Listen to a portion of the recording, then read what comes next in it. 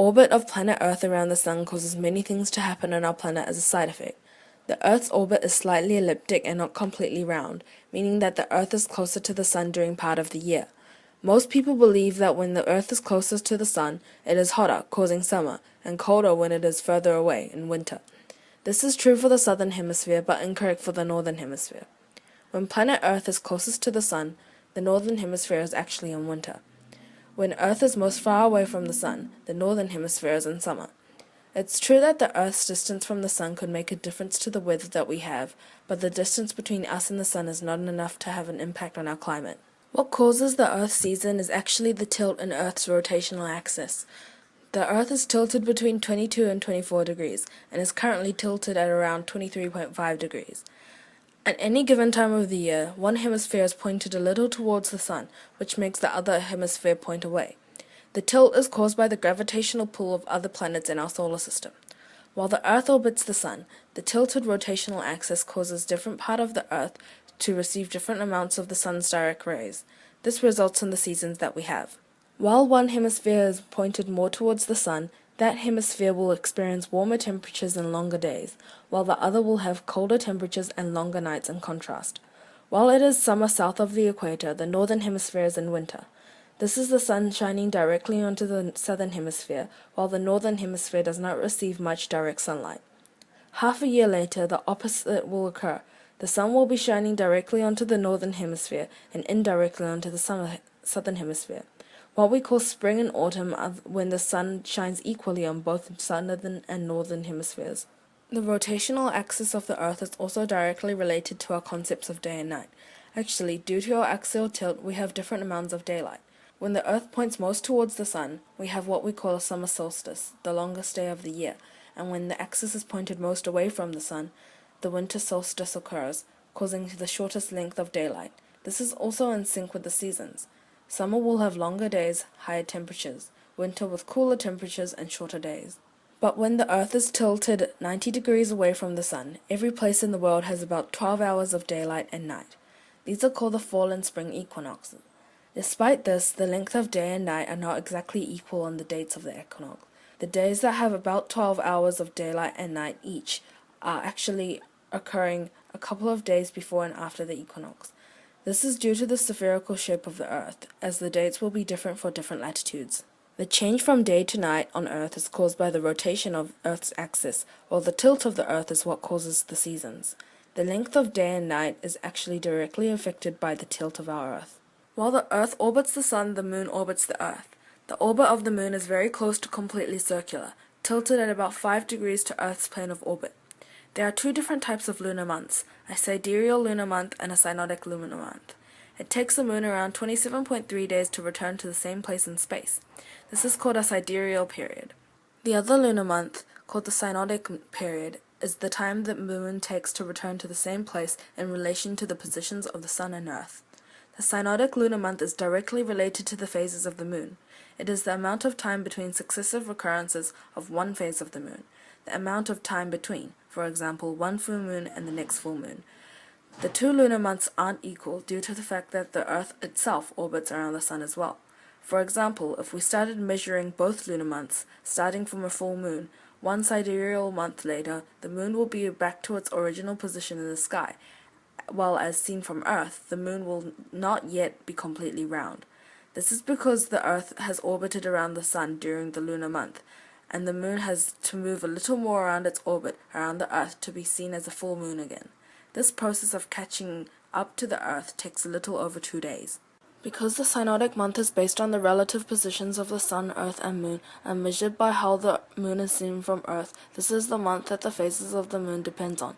Essentially, the phases of the Moon is the Moon reflecting different amounts of light during different times of the synodic month, not the shadow of the Earth falling onto the Moon. The only time in the whole synodic month where the shadow of the Earth comes close to the Moon is during a full moon, where the Moon is fully illuminated by the Sun, as the Sun, Earth, and Moon are forming a line. This line is not completely straight, which makes it possible for the Earth's shadow to be cast on the Moon. But the shadow of the Earth only falls onto the Moon twice a year, during a lunar eclipse. It will not usually cast a shadow on the Moon, as the Moon moves either above or below the shadow due to the slightly tilted orbit of the Moon.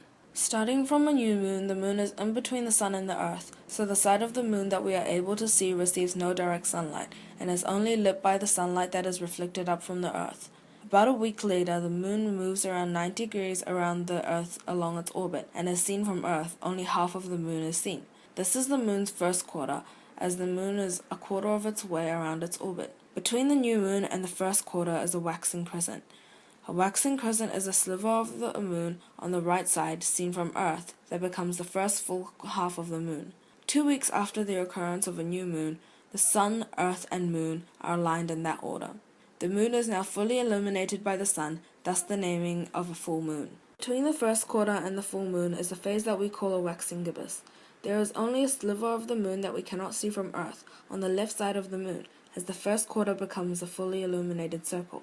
3 weeks after a new moon, the moon will have moved another quarter of the way around the Earth and around its orbit. This is the third or last quarter of its orbit. The left half of the moon is shown to be illuminated from Earth. Between the full moon and the last quarter is a waning gibbous. It is similar to the waxing gibbous, but a full circle, reducing to a half circle. It is a small amount of the right side of the moon that we cannot see from Earth. Between the last phase of the moon and the last quarter of the moon is a waning crescent. This is the half of the moon reducing until we are unable to see an illuminated part of the moon from Earth. The 4th week after the last new moon and the last week of the lunar month, the moon is back to its original position as seen from Earth. The moon passes between the sun and the Earth, either above or below the sun, and we cannot see any part of it that is illuminated by the sun.